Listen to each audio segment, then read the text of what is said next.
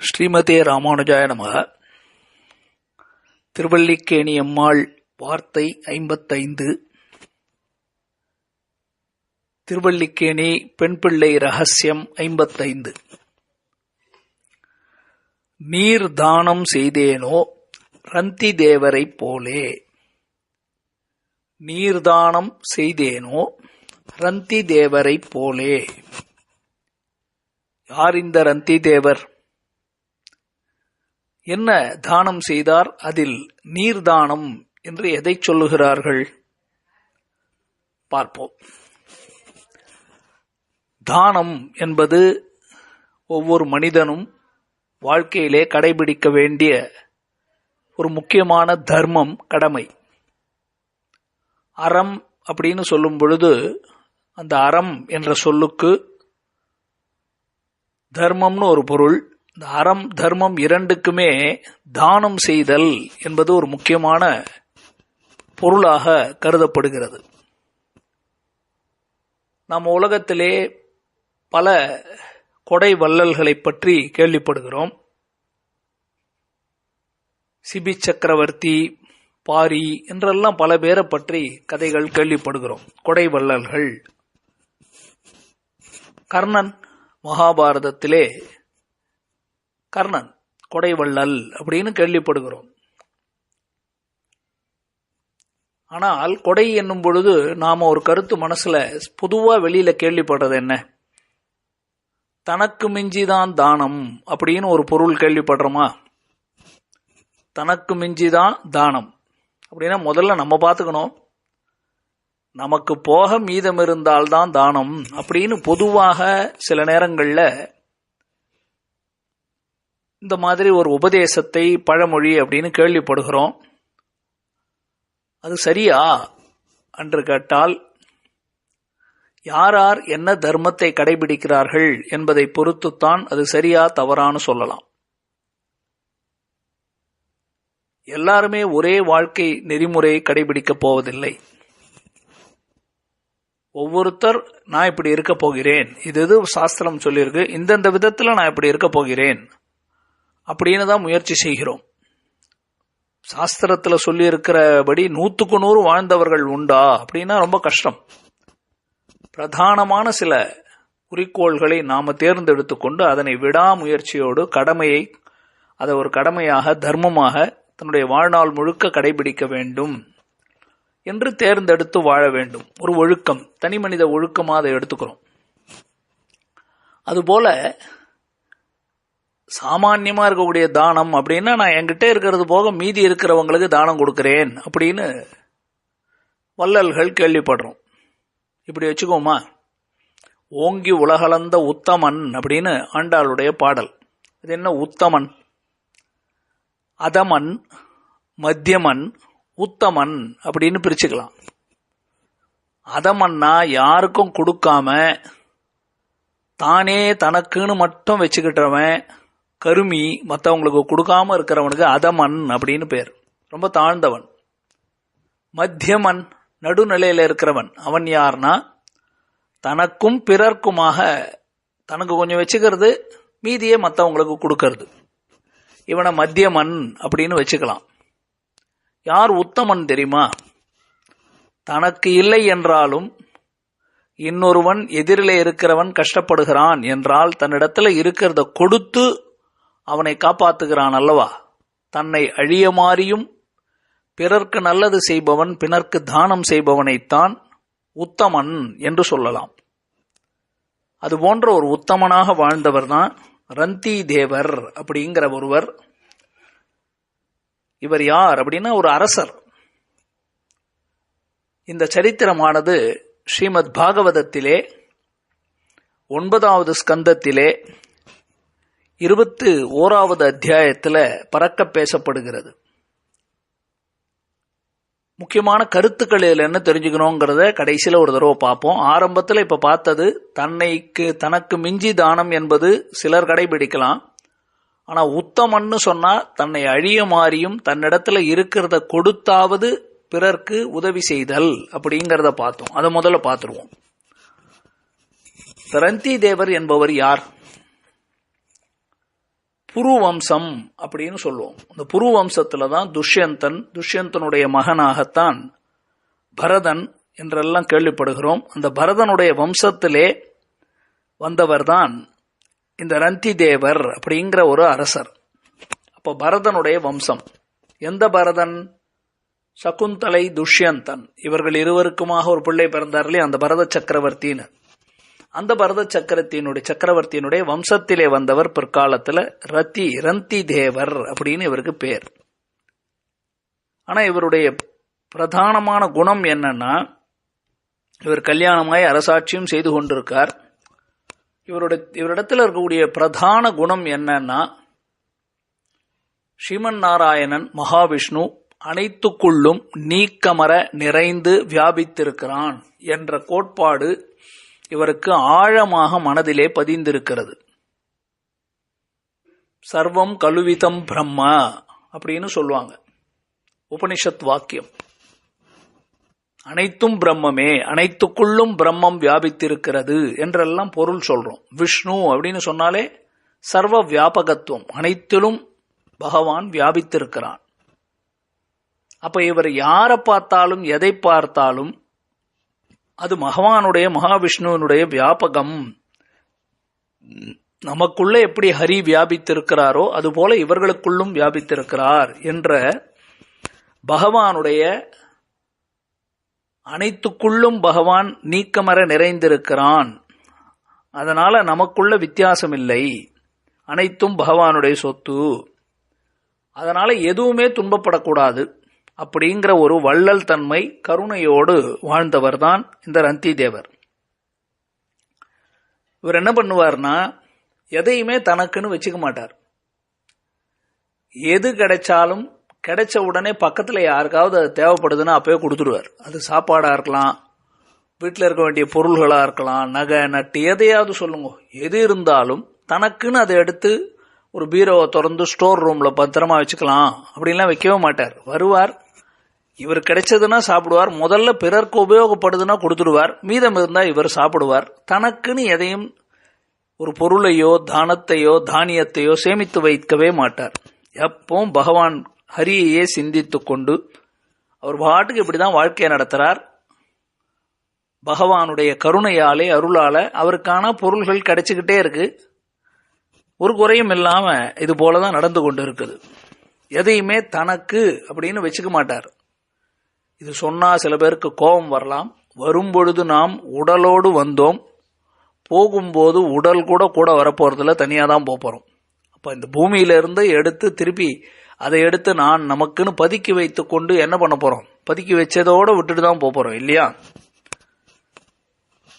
அதனால அந்த வாழ்க்கையை வாழ்ந்து வருகிறார். ஒரு சமயம் கிட்டத்தட்ட இவருக்கு 48 நாள், கிட்டத்தட்ட ஒரு மண்டலம்னு சொல்லுவாங்க, 48 நாள் இவருக்கு சாப்பாடே இல்லை, கிடைக்கல எதுவுமே. சாப்பாடு கிடைக்கலன்றதுல தண்ணி கூட கிடைக்கல, உணவு இல்லை, நீரின்றியே காலத்தை கழிச்சுட்டு இருக்கார். 49வது நாள் எதிர்பாராம இவருக்கு நல்ல பால் பாயாசம், கோதுமை கூழு, நெய்யால செய்யப்பட்ட பதார்த்தங்கள், குடிக்க நீர் இதெல்லாம் கிடைச்சது. விசேஷமான பிரசாதம்லாம் கிடைச்சது. 48 நாள் சாப்பிடல, பசியில இருக்கார். 49வது நாள் இந்த மாதிரி ஒரு பிரசாதம் கிடைச்சா என்ன பண்ணுவோம்? சரின்னு தன் குடும்பத்தில் இருக்கிறவர்களுக்கு பகிர்ந்து தானும் சாப்பிடலாம் அப்படின்னு இவர் நினைத்து கொண்டு இருக்கும் பொழுது எல்லாம் ஏற்பாடு பண்ணிட்டு இருக்கார். இது இருக்கே, என்னென்ன இருக்குன்னு பார்த்து பிரிக்கிறார். அந்த நேரத்துக்கு ஒரு அந்தணர் வரார், பிராமணர். அதிதி அப்படின்னா தெரியும், சொல்லாமல் திடீர்னு வர்றவருக்கு தான் அதித்தின்னு பேர். சொல்லாமல் திடீர்னு ஒரு அந்தணர் அவர் முன்னாடி வந்து நின்றார். பவதி பிக்ஷாந்தேகின்னு கேட்டார். சாப்பாட்டில் ஒரு பாகத்தை எடுத்து அவருக்கு கொடுத்துட்டார். சரி, மீதம் இருக்கிறத பங்கு போடலாம் அப்படின்னு ஆரம்பிச்சார்.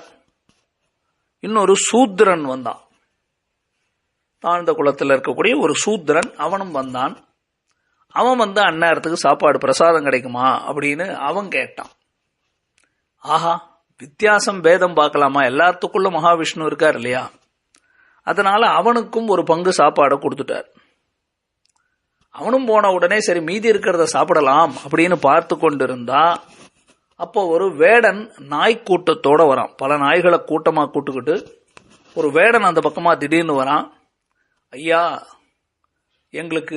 எனக்கும் பசிக்குது, என் நாய்களுக்கும் பசியா இருக்கு, தயவு செய்து எனக்கும் எங்க நாய்க்கும் கொஞ்சம் பிரசாதம் கொடுங்கோ, ரொம்ப நாளா சாப்பிடல அப்படின்னு அவன் கேட்க, தாங்கிட்ட மீதி இருக்கிற பிரசாதத்துல முதல்ல அவனுக்கு கொஞ்சம் பிரசாதத்தை கொடுத்து மீதம் இருக்கக்கூடிய உணவு வகைகளை நாய்களுக்கு பிரிச்சு போட்டுட்டார். கடைசியா அவர்கிட்ட இருக்கிறது கொஞ்சோண்டு தண்ணி, சிறிதளவு தண்ணீர் தான் மீதம் இருக்கு. இருந்த பிரசாதத்தை முதல்ல அந்தனர் வாங்கிட்டு போயிட்டார்.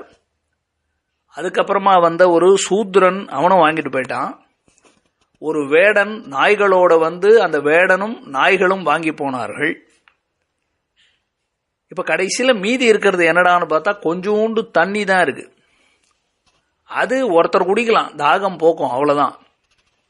சரி, அந்த தாகத்தை தீர்த்துக்கிறதுக்கு ஆளுக்கு ஒரு தீர்த்தம்லாம் கோயிலில் கொடுப்பாங்களே, அது போல கொஞ்சம் தீர்த்தம் சாப்பிடலாம்னு எடுத்தால் அந்த நேரத்துக்கு ஒரு சண்டாளன் ஓடி வரான். ஐயா ஐயா, ரொம்ப தாகமா இருக்கு, உயிரே போயிடும் போல் இருக்கு, ஐயா ஐயா கொஞ்சம் தண்ணி கொடுங்கோ தண்ணி அப்படின்னா, அவன் தண்ணி சாப்பிடலன்னா போயிடுவான் போல் இருக்கு. இவர் என்ன பண்ணார், ரந்தி தேவர் கடைசியா இருந்த அந்த தீர்த்தத்தையும் கொடுக்கல, அதுக்கு முன்னாடி யோசிக்கிறார். அப்பதான் அவர் சொல்ற வார்த்தை ஸ்ரீமத் பாகவதத்தில் அழகாக இது சொல்லப்படுகிறது. அவர் என்ன சொல்றாரு தெரியுமா, அஷ்டாங்க யோக சித்தி எனக்கு வேண்டாம், இங்க இருந்து போய் 8 விதமான கல்யாண குணங்களோடு கூடி பகவான் ஸ்ரீமன் நாராயணனிடத்துல போய் சேர்ந்து இருக்கக்கூடிய முக்தி அப்படிங்கிற பரமபதமோ எனக்கு வேண்டாம். எனக்கு எது முக்கியமா வேணும் தெரியுமா, பகவானுடைய சொத்துக்களான பகவான் அனைத்துக்குள்ளும் நிறைந்திருக்கக்கூடிய அனைத்து பதார்த்தங்களும் உயிரினங்களும் பிரதானமாக துக்கம் இல்லாம இருக்கணும். பரதுக்க அசகிஷ்ணுத்துவம் அப்படின்னு சொல்லுவாங்க. இன்னொருத்தர் படுற கஷ்டம் துக்கத்தை கண்டு பொறுக்காம இருக்கிறார் இல்லையா, அந்த நிலையை சொல்றார். சர்வே ஜனா சுகினோ பவந்து, எல்லாரும் நல்லா இருக்கணும். எனக்கு பெருசா மோட்சம் வேண்டாம், எனக்கு அஷ்டாங்க சித்தி வேண்டாம், எனக்கு கல்யாண குணங்கள் வேண்டாம், என்ன வேண்டாம் சுவாமி, எனக்கு வேண்டியது எல்லாரும் பசி இல்லாம தாகம் இல்லாம வருத்தம் இல்லாம நோய் நொடி இல்லாம நிம்மதியா இருக்கணும் அப்படின்னு மனசுல பகவானை குறித்து ஸ்ரீமன் நாராயணன் குறித்து தியானம் பண்ணி கொண்டு, இப்ப நான் கொடுக்கக்கூடிய இந்த தண்ணீரால இவனுடைய தாகம் தீர்ந்து இவன் அதனால உயிர் தரிக்கப்படுகிறான்னா, எனக்கு உயிர் போறத பத்தியோ இந்த உயிர் இருக்கிறத பத்தியோ எனக்கு கவலை இல்லை, அது தானா போயிடும். இவனுக்கு தண்ணீரை கொடுத்தன்னா போதும், எனக்கு பசியோ பிணியோ துன்பமோ எல்லாமே பிறர்களுக்கு கொடுத்தால் போதும், எனக்குன்னு சாப்பிட்டாதான் போகணும்ன்றது இல்லை, போயிடும் தானா போயிடும் என்று நினைச்சிட்டு கையில கொஞ்சம் இருந்த தண்ணியை எடுத்து அந்த சண்டாளனுக்கு கொடுத்துட்டார். கையில ஒண்ணுமே இல்லை, 48 நாள் சாப்பிடல, இது 49வது நாள். அப்பொழுது வந்தவர்கள் யார், ஒரு அந்தனர் வந்தார், ஒரு சூத்ரன் வந்தார், ஒரு வேடன் நாய்களோடு வந்தார். இவர்களெல்லாம் யார் என்று பார்த்தால் யாரோ இல்லை, பிரம்மா விஷ்ணு சிவன் 3 தேவங்கள், படைத்தல் காத்தல் அழித்தல்னு சொல்றேன் இல்லையா, அவர்கள் 3 பேரும் இவனிடத்திலே முன்னாடி காட்சி கொடுத்து அவனுக்கு மங்களாசாசனங்களை வாழ்த்தி சொல்லி என்ன வேணும் என்று கேட்க அவர் எல்லாரையும் விட்டுட்டார். எனக்கு இந்த உலகத்தில் எந்த சுகமும் எனக்கு வேண்டாம், எனக்கு ஸ்ரீமன் நாராயணனுடைய சரணார விந்தங்கள் பாதார விந்தங்கள் அவனுடைய திருவடிகளிலே மற்றும் அத்தியந்த பிராவண்யம்னு சொல்லுவாங்க. அப்படின்னா மனது நிலைத்திருக்கக்கூடிய நிலை, என் மனசெல்லாம் ஸ்ரீமன் நாராயணனுடைய திருவடி தாமரைகளிலேயே லயித்து நிலைத்து நிற்க வேண்டும், அவன் திருவடிகளையே அடைய வேண்டும் என்று அவர் பிரார்த்திக்க, அவர் மட்டுமல்ல 7 ஆட்காலும் பழிப்பிலோம் நாங்கள் அப்படின்னு சொல்லுமா போல 7 பிறவிக்கும் அவருக்கு பின்னாடி இருக்கக்கூடிய அவர்கள் வம்சத்தவர்கள் எல்லாம் இவன் செய்த இந்த தர்மத்தினால மேன்மை அடைந்தார்கள் அப்படின்னு பார்க்கிறோம். அப்போ உத்தமன் அப்படிங்கறத கீழே பார்த்துட்டோம். அதுதான் ரந்தி தேவருடைய பிரதானமா நம்ம தெரிஞ்சுக்கிறது. 2வது, தானம் செய்யும் போது அறம், தானம்னா அதனோட முக்கியமான கருத்து என்னன்னா, நான் இதை கொடுத்தேன், எனக்கு அதனால இது கிடைக்கும் அப்படின்னு பிரதிபலனை எதிர்பார்த்து செய்யறது தானம் அல்ல. ரந்தி தேவரை போல மற்றவர்கள் சுகிக்க வேணும், அவங்க நல்லா இருக்கணும் அப்படிங்கிற எண்ணத்துல செய்யறது தான் தானம். பாத்திரம் அறிந்து பிச்சை எடுதல் அப்படின்னு சொல்றோம். எதிரில் இருக்கிறவன் துக்கம், வருத்தம், பசின்னு வரான்னா அவனை ரொம்ப ஆராய்ச்சி பண்ணாம செய்ய வேண்டியது நம்முடைய கடமை. சரி, பிரதிபலன்லாம் எதிர்பார்க்கல, ஒன்னும் செய்யல. கடைசியில் அவர் எதற்காக வாழ்க்கை வாழ்ந்தார் அப்படின்னா அதுதான் கர்ணனுக்கும் இவருக்கும் வித்தியாசம். கர்ணன் சேராத இடம் சேர்ந்தான் அப்படின்னு பாக்குறோம் இல்லையா, வீணா போச்சு அவனுடைய வாழ்க்கை. அப்படி இருக்கக்கூடாது. வாழ்க்கையினுடைய முக்கிய குறிக்கோள் பரமபதம், மோட்சம், ஸ்ரீமன் நாராயணனை சென்று அடைதல். அதனால எது இருந்தாலும், என்ன தர்மம் பண்ணாலும், இதனால எனக்கு அது வேணும் இது வேணும்னு எதுவும் ஆசைப்படாமல் பகவான் ஸ்ரீமன் நாராயணனை பற்றி அவனையே அடைதல் என்ற உயர்ந்த கருத்துக்கள் இந்த சரித்திரத்திலிருந்தெல்லாம் தெரிஞ்சுக்கிறோம். தன்னிடத்துல கடைசியா குடிக்கிறதுக்கு இருந்த தண்ணீரை கூட தானமா கொடுத்தான் இல்லையா, அதைத்தான் திருவல்லிக்கேணி அம்மாள் வார்த்தையில சொல்லுகிறாள். இந்த அளவுக்கு ஒரு வள்ளல் தன்மை என்னிடத்துல இல்லையே. 55வது வாக்கியம், நீர் தானம் செய்தேனோ ரந்தி தேவரை போலே. அடுத்து 56வது வாக்கியம், சாட்சியானேனோ மார்க்கண்டேயரை போலே. சாட்சியானேனோ மார்க்கண்டேயரை போலே. அடுத்த பதிவிலே அனுபவி